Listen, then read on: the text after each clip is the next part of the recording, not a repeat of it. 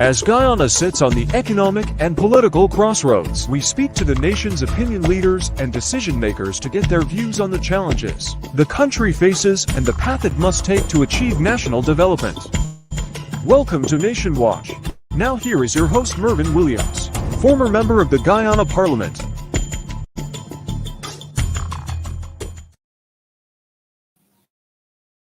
So today's edition of Nation Watch, today is Sunday, 3rd March 2024. We inch closer to that anticipated day when we will get our opportunity to go to the polls and replace what now passes for a government. My name is Mervyn Williams. I'm your host for Nation Watch, which is a People's National Congress reform production. We're on watch for the nation. Today, we'll be discussing Guyana's investment climate, and joining me is a gentleman who is no stranger to the viewing, reading, and listening public in Guyana, Mr. Gabriel H.K. Lal. Mr. Lal, I'd like to welcome you to Nation Watch once again, and we need to do this a lot more often, with your permission, of course. Well, thank you, Mr. Williams, for considering me to have something to share with our fellow Guyanese and whoever else wants to listen on this topic or any other topic. It's my privilege to be here. Right. So, Mr. Al, you yourself have spent more than 2 decades, or at least 2 decades, in the investment business. So this is not a conversation which would startle you in any way. You're very comfortable in this area. For the benefit of our viewers, could you outline in very simple terms the elements which need to be present in any country for it to be considered by investors, whether local or foreign, to be a good, safe investment opportunity, considering, of course, that Guyana is the fastest growing economy this side of the world, the richest country per capita, and all these glowing and glorious terms that are being used to sell Guyana across the world, sometimes, well, more often than not, without regard for the realities of our country. But we'll get to that eventually. Just lay out for our viewers, please, in very simple terms, what are the prerequisites for a country to be considered a safe, comfortable investment opportunity? Again, thank you, Mr. Williams, and good day, everyone. Glad to be here sharing with you. Investment climate. I think the first thing that we have to do is to identify what investment climate is, and we're going to make this simple. Investment. It's some asset, some holding, some money that we have in our possession and under our control that we are thinking of, we are contemplating putting it into in a country other than our own. And the climate, so it could be a basic shop, it could be a huge plant, it could be millions, tens of millions, hundreds of millions of American dollars, euros. But it means that we have to consider what is the climate that we are going to put our shareholders' money in, or our own money in. That climate. Climate is like, it's a weather pattern. It's a long term. You're thinking long term. It's not a gamble. It's an investment. It's that this place called Guyana has what it takes. It is solid. It is secure. And it is hospitable.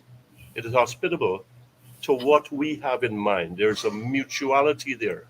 There are some reciprocal benefits that can occur. Some of the vital elements of a welcoming, of a heartening investment climate: sovereign risk, political risk, liquidity risk, legal risk. So let me go through them quickly and very simply, one by one. Liquidity risk. If I need to withdraw my money to close down my investment, I'm able to do so with as little inhibitions as possible and repatriate my investment out of the country, in this instance, Guyana. Political risk, political stability. Political stability is of vital importance to foreign investors because when there is that, then there's the strong sense that we are in safe hands here. We are comfortable with how things are. Legal risk, that the laws will not be changed, the laws will be interpreted as we interpret them, and that they are favorable to our visions. Our vision is to make money. Our vision, first and foremost, second and always, is to make money. Yes, we're going to provide jobs and we are going to engage in social services and so on and so forth. But those are secondary byproducts. My perspective as an investor, whether it's $1 million or 100 or $1 billion, is to make money for my shareholders, for my workers, for myself. That's there. And so all those elements, political risk, sovereign risk. Sovereign risk is how stable, how viable is this country that it is welcoming to investors and the people in charge know what they're doing. The people in charge and the structure behind them are what gives me confidence as an investor. So those are some of the key components there that goes into the head of an investor when they are thinking of Guyana. All right, I want to look at a few issues here. There's a document, Mr. Lal, that was recently published. It's called a safety index. Safety index. It was published by the UK news website of the year, the Telegraph. And it says here, I'm sorry, I'd like to get this up there. Bear with me for a minute while I try to get it up there with the help of my operator. This document says, and I hope you can get it up there for us, that Guyana is rated on this safety index at number 18, where it's ranked together with Belize with 43 out of 100 points. On top of this list as the safest area is Aruba, followed by the British Virgin Islands, Barbados, Dominica, Grenada, Curacao, and so on. But all the way down at the bottom there, with Belize and Haiti, is the Cooperative Republic of Guyana. I raised that with you, sir, because there are glowing stories about our country internationally, but the real stories are often not told. Not so long ago, I think there was a particular embassy in Guyana that issued a travel advisory, which put persons on notice with identifying some risks locally. There is an ongoing teachers' strike action, which, it pains the average citizen to see the manner in which the executive is responding to and treating with the issue of industrial action by our teachers. The local stock exchange says that there's a consistent decline in investment in Guyana. Of the 4 risk areas that you identified, against the background of these few points that I just raised, how would you rate Guyana in terms of a viable investment opportunity? Well, I can look at that from two perspectives. One, all the good news, all the bright, gleaming news, fastest growing economy, the place to be, the next this and the next that. And I can be carried away, but I'll tell you, the rational investor, and hold on to that term, the rational investors weighs every element of information that they can put their arms around. So on the one hand, we have the bright Goldilocks stories, statistical statistically gaudy. You know, who is doing 30+% GDP growth? Who? I nobody's very few places are close to that. You go to the other side of the coin, and there's the safety. And if an embassy puts out that, look, don't walk at night, be careful around this area or that area, and it's saying that to its nationals and its citizens. By the way, I get those things coming to my email as a matter of routine. I get them. I'm part of that network. So I know what you're talking about. And do not be around places where there are crowds and so on and so forth, and there are protest actions. So, one, physical safety is a concern, because physical safety is not just about the person, it's about my infrastructure, it's about my plant, it's about my plans and my provisions, physical provisions, to make a profit. So if those are going to be threatened by what's going on in the street, my workers fear I have to spend money for extra security, electronic and physical security, then the question in my mind that I'm thinking, how viable is this investment in Guyana?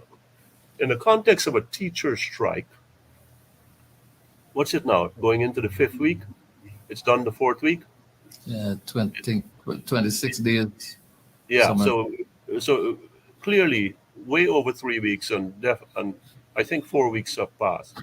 For us to have collective bargaining agreement, the government of Guyana through the Ministry of Education with the Ghana Teachers Union representing the teachers, there's no question that the union is the GTU is the authorized agent. There is no question that there are binding collective bargaining agreements there. So as an investor, again, I'm putting myself in that prospective investor here. And I'm watching every piece of news that comes out of Guyana.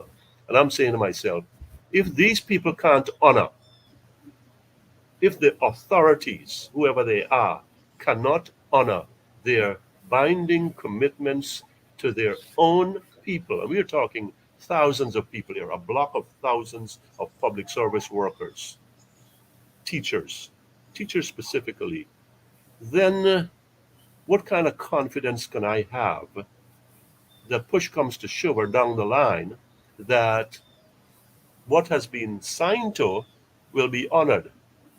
How can we have that confidence that if you're going to treat your own people like this, when you are the talk of the world, when you shouldn't be talking about money stringencies, if you're going to if you're going to treat your people like this when they are crying out for pay, a livable wage, then I'm going to have second thoughts. The safety index goes to some of those things. And remember what I said, political risk, how's the environment, how conducive is it to my investment, my shareholders' money? Because let's take this a step further. If there's a problem with the teachers, or there's this development with the teachers, what other bargaining units are in the same boat? In what other areas have the authorities, meaning the government, let's be clear here, the government of the day, the PPP government, where has it again breached its duty?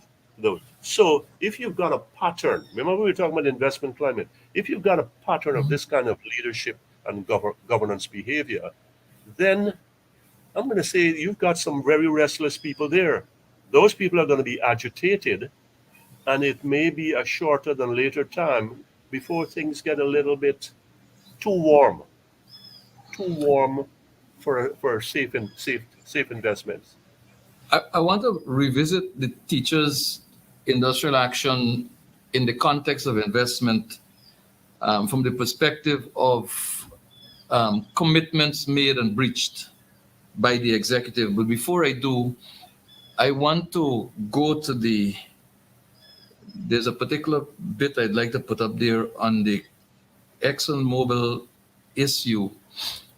I'm not going to discuss oil and gas here. I'm simply raising, for the benefit of our viewers in this conversation, double standards by the executive. This is the Caribbean Council publication headlined ExxonMobil unhappy with Guyana government's plan to review oil agreements. And this is immediately as the People's Progressive Party came to government. And this report says that ExxonMobil has said that it is open to new Guyana government's interest in increasing the local content of its operations, but not to any renegotiation of its controversial 2016 production sharing content negotiated with the former AP and UAFC government. Now, this was Exxon expressing discomfort having regard to the People's Progressive Party's campaign commitment to renegotiate this particular production sharing agreement. There was a commitment by both Mr. Jagdeo and Mr. Ali, along with the broader People's Progressive Party list, that they were going to renegotiate this agreement. Now I'll go to the next slide, which quotes Mr. Ali in another news article, where he says, "Don't ask me the question 100 times," referring to the same question of renegotiation. And the article goes on to say that he said the controversial contract signed in 2016 is an inheritance of his government from the administration that was ousted at the culmination of the 2020 electoral process. And while the government thinks the contract was not the best, Ali said they have a responsibility to take inherited agreements and make do.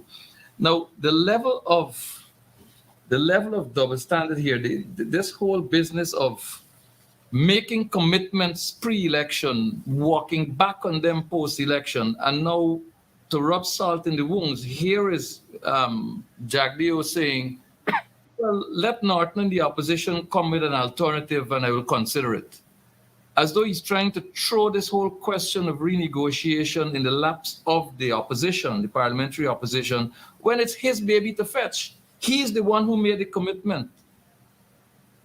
What are investors supposed to do? How are investors supposed to feel in uncertainties such as this? Well, let's go back from where you started, when the PPP was in opposition, and it's made a commitment. We're talking here, our topic is investment climate. Yes. As a political party, your biggest investor is your voter. So I'm going to swing that there. Your biggest investor is your voter. And if you give your word to your voter, sir, then I say that you are duty bound and honor bound to deal with it, with what you said. So when you come into power, now you have the reins and levers of power in your hands, and you twist and twitch your mouth. Then I, as a prospective investor or as a sitting investor here, will say to you or to my people, how can I trust these people? They flip-flop. They say they will do this, then they don't do that. Then they say in that dialogue box that you put up there that we inherited this, and agreements, I'm using my words, must be adhered to. But what about the agreement with the teachers union, sir? What about the agreement with the voter that you're going to renegotiate? Yes, as I said, that's your biggest investor. What about that agreement? You're giving your word there and then you walk back on it. You don't slow walk it, you walk back totally on it because ExxonMobil expresses its consternation that, hey, who you going with the thing? What are you talking about now? We said that this is it. You have got to don't tell me about the AP and UAFC. I am the government in power, I am in charge. I have got to find a way to get Exxon to that table and to say, we've got to have a conversation because this commitment was made by this political party with me as leader to deliver, to do something about this, to deliver differently, to deliver better. We're not hearing that. What we are hearing now is about sanctity of contract, which is not only about double standards. I think you're pretty mild there. It's about inconsistency on the charitable side, and it's about glaring hypocrisy, really calling it for what it is. Because again, you say one thing in the hustings in opposition, you promise the world, like somebody in courtship, to get back to where you got, to get the hand of the bride in marriage, which is the power, and then you say, I ain't got time for you no more. I ain't got time. You jilt the voter. And that is what has happened here. And that is what is happening again. I got to bring this in, Mr. Williams, that what you do with collective bargaining agreements in the instance of the teachers currently. You sign to things. Do you sign them or inherit them and then you turn your back on them? I do not like, personally, if I'm talking to you here and you tell me this is what is going to happen, we don't even have a piece of paper. And you tell me this is what's going to happen, and I take you there at your word. I don't want to deal with you afterwards. I don't want to have anything to do with you. So now we have something, and you said that thing is wrong for this country. That thing is wrong for my voters and the people of Guyana, and I'm going to do something about it. So what happened now? You suddenly lost your cojones. You suddenly don't have a mind. You don't have a brain in your head. I mean, this is how I'm reading this thing. From an investor perspective now, those who are thinking of coming and plunking down their millions in Guyana, who are these people? Who are these people? Do they blow hot and blow cold? Do they have an on and off switch that when it pleases them to say this now, and it pleases them to say something that is radically different tomorrow, then they do that? As an investors do not like, sir, uncertainty. It is not good for investor confidence. As to use the honorable Vice President's words, investors spook. They see Jumbie easily. So they're reading things that me and you ain't reading. But I mean, I could read them a little better than most people around here. So why you there so up and down, buddy? You're saying one thing yesterday and then you're doing something else today. And then you're doing something else tomorrow. But which leads me to the next question. Again, as in the case with the last question, I'm not asking this question from a position that suggests that I disagree with investment. I'm putting this question to you to ask for some clarity, to get your perspective on this issue for the benefit of our viewers. The Qatari hotel deal. Government of Guyana, the executive, they went there with the potential investors and they turned the sod, and I understand that work has commenced on the construction of the hotel there on what is the National Insurance Sports Club ground and the Guyana National Service Sports Club ground. Now we're hearing that those properties were gifted to the Mayor and City Council of Georgetown for specific purposes. And those purposes were in fact what they were being used for up to recent days. So now the question is, does the government of Guyana, through the Guyana Lands and Surveys Commission, have ownership and control of these properties? Or is there validity in the transport being floated by the mayor and city councillors of the city of Georgetown? But more importantly, is this not a question that should have been addressed to finality before an investment opportunity is discussed, finalized, and sod-turned? Is this responsible management of a large investment by a government? Is this encouragement for potential investors who have their millions and tens of millions to bring into this country to invest? No, no, no to both questions. It is not encouraging investors. It's not responsible, operating responsibly. So let's get that on the table. Let's also get on the table this. You would not be hosting this conversation, and I will not be participating in it, given where Guyana is, pre-oil, if we cannot speak welcomingly, with conditions, of course, about foreign investment, foreign direct investment, and so on and so forth. We need that capital. We need that technology. We need that know-how, whatever form it takes, whatever combination it takes.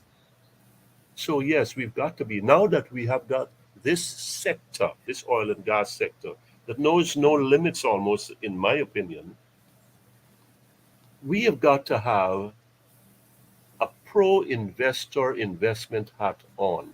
However, having said that, let me qualify that quickly. It's not about a couple of hundred jobs and the matter is over. It's about the entire menu of provisions within the investment that stand to benefit the Guyanese people. I've been hearing the president speak about, oh, investors, an investment that has destination, and so on and so forth.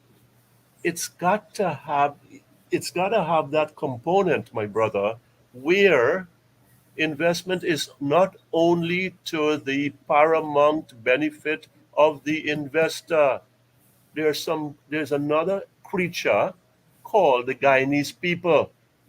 You are one of them, I think, respectfully, I'll say, and I am, I think, hopefully, right? Still am. Now, here's this. Where's this balance in terms of the terms, etc., in these things? We had, interestingly, during the first weeks of that teacher strike, there was the Ghana Expo. That was that. Yeah. It had to do with oil. Oil conference or something like Oil that. conference or something like that. And they took their protests there, their action there. And so far, I must commend the teachers for being in line and getting their messages across and being very, very disciplined. But let me say this. You had hundreds of people there. You had at least scores of potential foreign investors there. Where do you think they see people out there hollering about pay and working conditions? Is this really the richest country in the world? Is this country rich in ethics? Is this country rich in leadership principles? Is this country rich in governance commitments? I mean, again, reasonable human being, prudent investor, these things are running through their minds, no matter how you hide them on breakdown, no matter how you block them off on state media. This is what is coming up. The Qatari investment. Good Lord, we talk about democracy. Why the hell do we have, so much secrecy in this country? You're going to put that thing down there? The disruption, yes, we're going to have, progress has its own challenges. But there has to be that openness that President Ali promised 3 August ago during his inaugural address at the National Cultural Center. Transparency and accountability. Excellency Ali, where is that in this Qatari hotel investment? You drop it on the Guyanese people like, I don't know, like a thunderbolt, and say, well, here, it's a done deal. We have had enough done deals that have blown up in our face. Why there? Now we have, well, it belongs to the city. No. The government has the right to do this. So the government supersedes. What I think is happening here, and I wrote something about this last week, President Ali, something has gone to his head, and he thinks he is Guyana. And the PPP government thinks it's the state. So we can ride over anybody, we can do what we want, and we will do it how and when we want. And that's what we have with the Qatari Asset Group investment on Carifesta Avenue. That has its history, that has its documented legality, if I may say so, in terms of the management of those lands. So for the government, I mean, consult at least. Let's have some consultation. Let's there be some discussion that brings in the others, the local stakeholders, and say and hear what is going through their heads. A foreign investor now sits back, and these are serious people. But these are serious people here. Now you're talking about big money, and they say, "Well, we want to come here and put up a plant. We want to be part of the midstream and the downstream operations relative to what's going on 120 miles offshore." And they sit back and say, "You got a teacher strike in the middle of an expo. You've got this dispute, this dispute, and it looks as though the government is on the wrong foot and on the wrong side. So what kind of competence level is there, and what kind of confidence level we must have, we as an investor? How am I am the portfolio manager, I'm the CEO, Mr. Williams, of an investment group. How am I going to report back to my people, and they're going to say to me, you put our money in that place knowing that's the kind of people you got running the show there? I mean, somebody's going to get ousted. They get hung out to dry, literally." There seemed to have been a shift, and I'm wondering what might be responsible for it. I have my own ideas, but here's it. Back in 2007, I believe it was, when Cricket World Cup was coming to Guyana, there was heavy emphasis on local investment in the hotel industry, to the extent that for the first time in the history of this country, and never again since then, the National Assembly of the Parliament of Guyana was asked to approve an advance of a very large sum of money to a local investor. And it turned out that the money was required to complete that hotel on the East Bank. And I recall asking a question in the National Assembly back then, what are we paying for? And the person who was Minister of Youth, Sport and Culture at the time, Dr. Frank Anthony, said that we were paying money as advance rental for rooms. And my question then was, how can we pay advance rental for rooms that have not yet been constructed? But you get the picture. Mm-hmm. That the Parliament was asked to finance the construction of a facility because there was an urgent need, somebody had an interest, and cricket was coming to Guyana. When local investors embarked on the remodeling, redesigning, modernization of the Pegasus Hotel, that was a big thing in this country where local investor was really stepping up. But somehow now there seemed to be little or no incentive for local investors, particularly in this hospitality sector. And it appears as though this particular sector is gaining more and more attention from international investors and more being embraced by the executive of the country. Do you believe, first of all, that there needs to be more support for local investors in this area?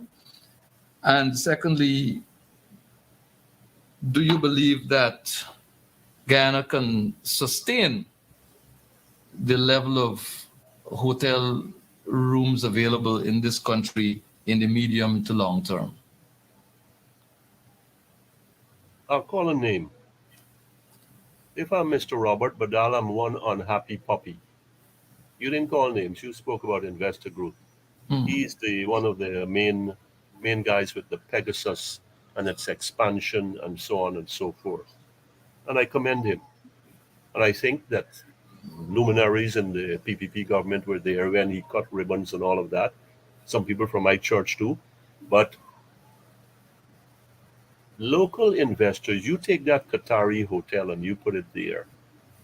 What are you doing to that local business, that local entrepreneur? When you're talking about what's it, 260 plus, don't hold me to that, rooms and so on and so forth, and state of the art, this and that. He's got state of the art already. He has got $1 billion or more put together, his own consortium. What I think from his perspective, and again, I put myself in his shoes, what has happened here on Carifesta Avenue? I am here. Everybody knows this is there. I am local, and now you put up foreign competition for me. It is not confidence inducing, sir.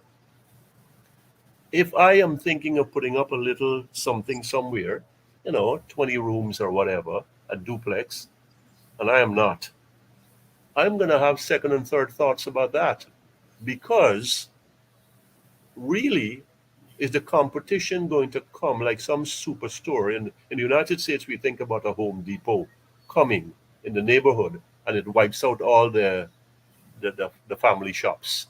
Nobody goes there anymore. They can't compete. So it's the same thing here. We have foreign. We should protect our local investors who have gone so far out with money, with a vision, especially in the hospitality industry, to give them that confidence that they want to do more and that more will come into the field.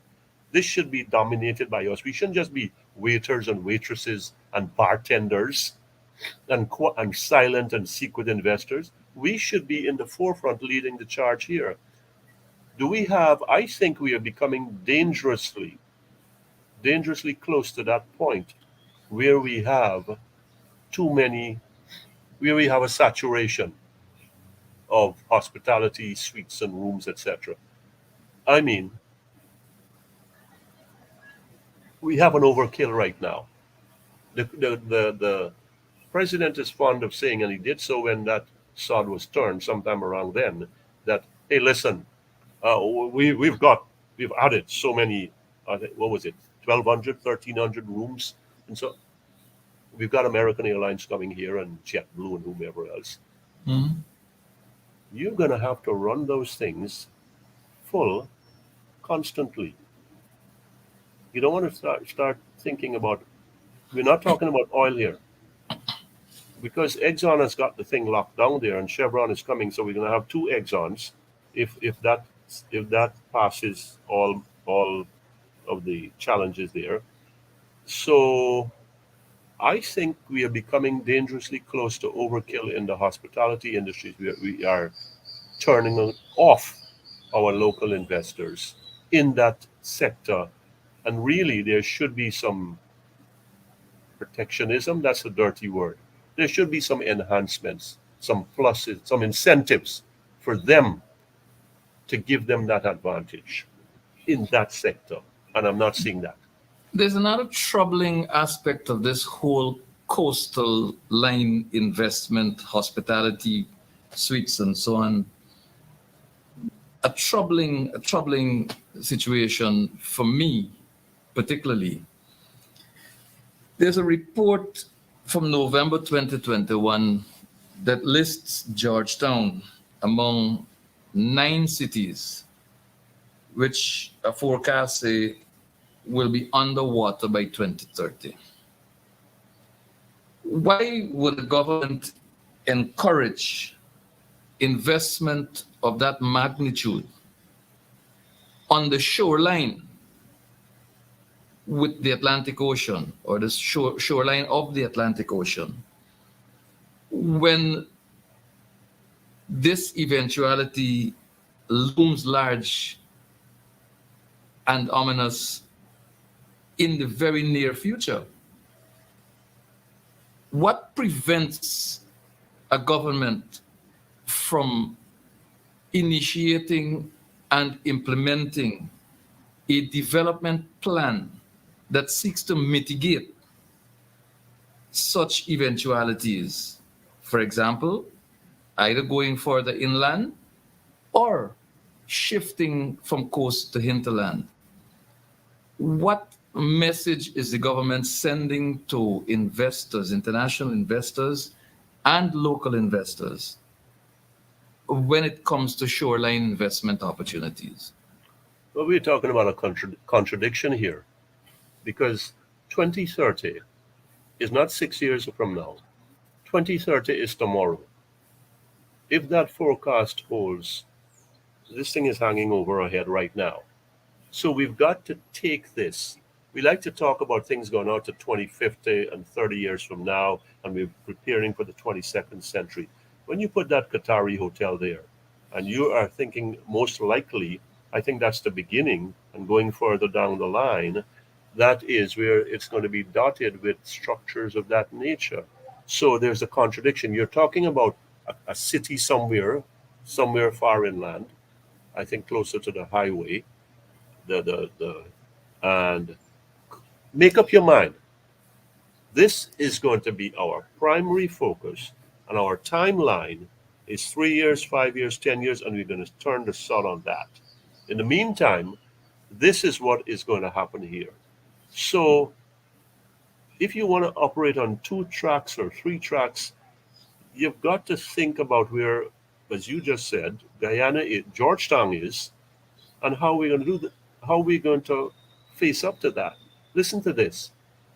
Is it possible that that shoreline that you talked about, there's some huge plans for that, where it becomes like a docking station, and I'm going to go tread lightly here, a docking station for cruise ships. I mean, you're talking about a lot of work here.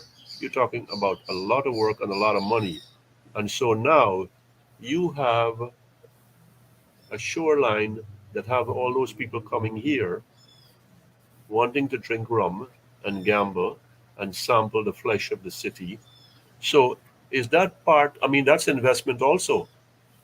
I put to you, gambling and prostitution, they're part of the hospitality industry. So is that part of the unsaid contemplation here, maybe not locally, but foreign, that if we can do that down there, we're doing so much. So now you start with a Qatari. Look what we have there. We have the Pegasus, we have the Marriott. The Pegasus has been there for the longest while. The Marriott is relatively new, and you've got the Qatari people who are going to be done in 2-3 years.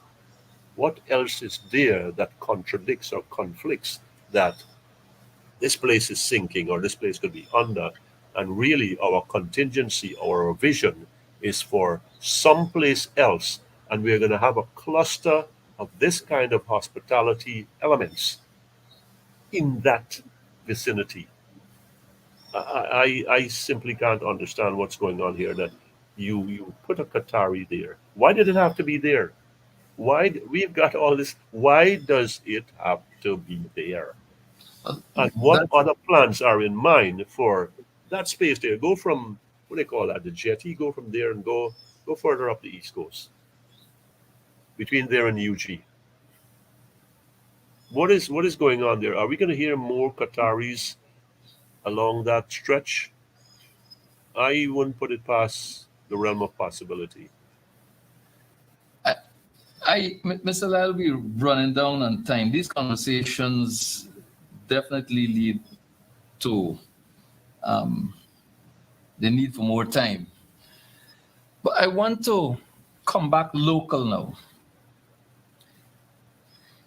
And I want to look at commitments made by the executive to the workforce of this country, to the electorate of this country while they were in opposition. And have a look at the way they have backpedaled on those commitments. And we have a little bit of a footage we'll show there. And how, in fact, they are treating the electorate, treating the workers of this country, on whose back the road to get votes, and in the minds of many, not sufficient to be in government. But the reality is slightly different. So here is Mr. Ali when he was in opposition, speaking of the importance of these three categories of workers, and Mr. Jagdeo embracing the APNU's reintroduction of collective bargaining and demanding that the public servants demand of Mr. Granger's administration at least 50% wage increase. Let's look at this and then let's have a brief. What about the nurses, the teachers? What about the police workers, the police officers? Aren't they equally important? Aren't they equally important? Mr. Speaker. I'm glad that the government has reintroduced collective bargaining, and I hope that the public service union will request at least a 50% increase in wages and... Right. So here are the advocates for the workers of this country while in opposition. And now we have a situation where the teachers are saying, slippers on the ground, we ain't backing down, 6.5 can't work. And a little child was disqualified from a calypso competition because she sang of the 6.5% increase and asking the question, how do you expect me to survive on 6.5? And another youngster who wrote a poem was also disqualified. And the rationale for the disqualification is that they were political. Now, I know that there's a line between social commentary and politics, and it's perhaps not as clear as it should be. But why would you punish even the children for expressing a point of view regarding the hardships that they see their parents experiencing and from which they too suffer? Having advocated at the highest level in the land for the importance of these people to be recognized, these workers to be recognized, and for the workers to demand 50% salary increase. Here we are now with the same people arbitrarily awarding a 6.5% salary increase, and they are upset with the workers for rejecting it and demanding collective bargaining rights to be respected, a living wage to be accorded or to be afforded, and the other rights associated with them being workers to be respected. What does this say for investors, both local and foreign? And are foreign investors receiving a different level or a different type of encouragement than local investors are receiving, hence the inflow in the face of all these absurdities that we experience in real life now? Well, my brother, you've got about 10 or 15 questions in there, or areas to be covered. I think I will startle our audience, by saying that since returning to Guyana, almost a decade now, I've never looked at one moment of Guyanese TV. Not. So I don't hear these guys. I don't listen to them. Mr. Granger, I've never heard him speak. So that will tell you where I am on television or radio. Having said that, I'm forced to listen to this now, and I've heard it before. It's easy to be a rabble-rouser, and it's easy to be a demagogue and engage in demagoguery. And you've heard two men who have gotten fairly good, if not very good at both. And they like it. They don't care how they appear to the world. They don't care that under their tutelage, their stewardship, that what was that, a 6-year-old? I think it's a 6 or 8-year-old. I mean, when you declare war on a child, and the Honorable Attorney General is going to tell me about freedom of speech. Does he really know what he's talking about? When you tell me about democracies here, it is not what pleases you. When you attack me for what I write, with falsehoods and deviousness of the worst kind. That is your idea and ideal of democracy. So when I hear the president going on a rampage there, and I'm saying, well, it's unprintable what I have to say, and it's Lent, so I got to discipline myself. I don't normally curse, I don't engage in obscenities, but the prompting Do comes. not Take it from me. Do not yield to temptation. Yeah, the prompting It's comes. Sunday. So an investor is looking there. This is what you do to your children. This is what you do to your teachers. Am I to be perturbed? Am I to be alarmed that I could be the teacher. I could be the teachers group. I could be the children of Guyana who are being shut down because I say, well, you're not dealing fairly with me. You're not dealing as was agreed upon. Now you ask that interesting question, or you put it on. You mentioned something there. Different standards for foreign investors. Look, there are clean foreign investors, and there are those who are on a hustle. There are those who are on a hustle. What does it take for me to get? What does it take for me to get the contract, to get a footprint in a country, in Guyana? Who are the players? How do they operate? What are their ethical standards? Who is the gatekeeper in the office of the president, the office of the prime minister, the office of the vice president, or the foreign office? Who is the gate? Who is the man of business that we have to deal with? And we will deal with that, and then we're going to charge you back when we charge you expenses. Why do you think, sir, that expenses have to be concealed? Monies paid up front to be here are recouped there. Read a book called Kickback. Read a book called Kickback, and it covers a whole set of territory. And I don't. That's somebody.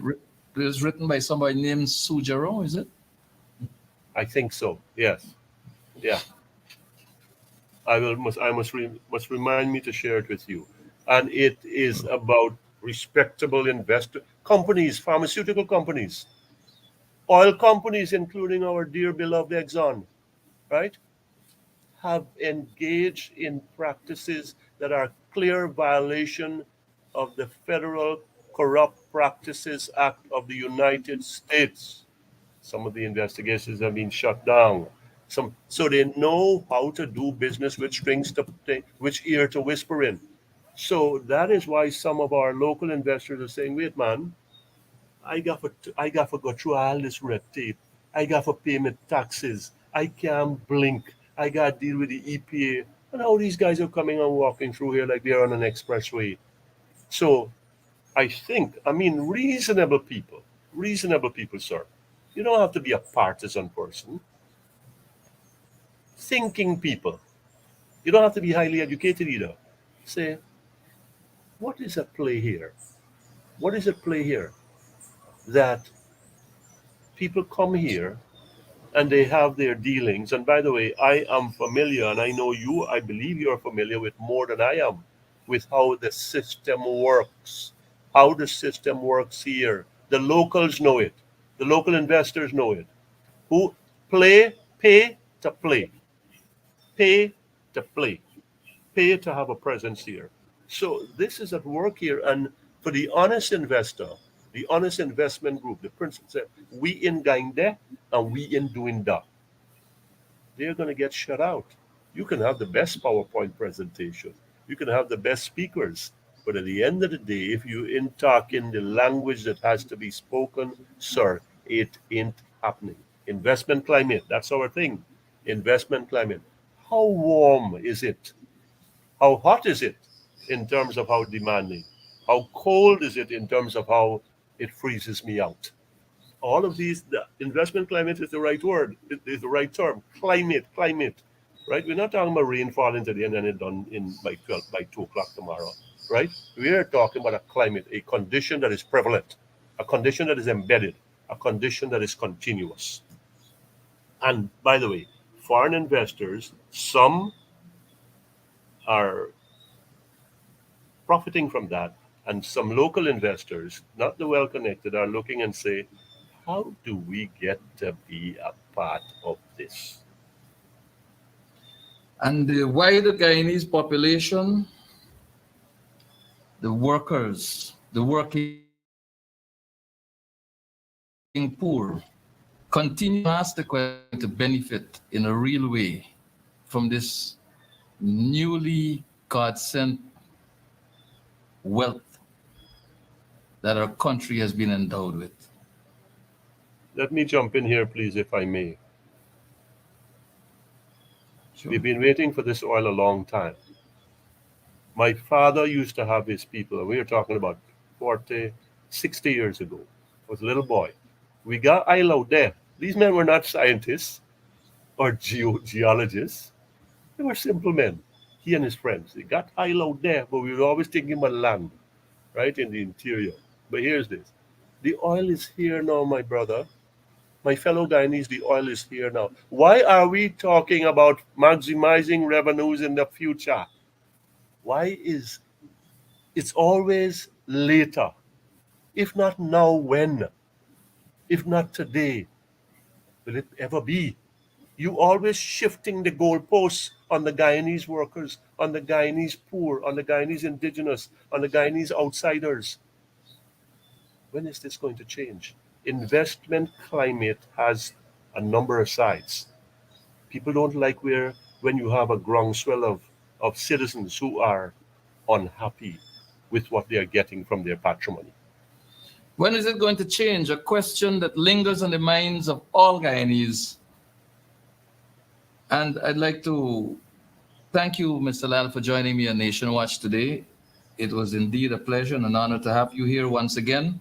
And I look forward to more such conversations in the future. But that's all we have time for today. Thank you.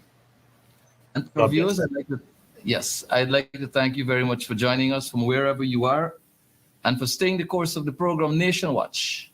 Until we meet again, God bless.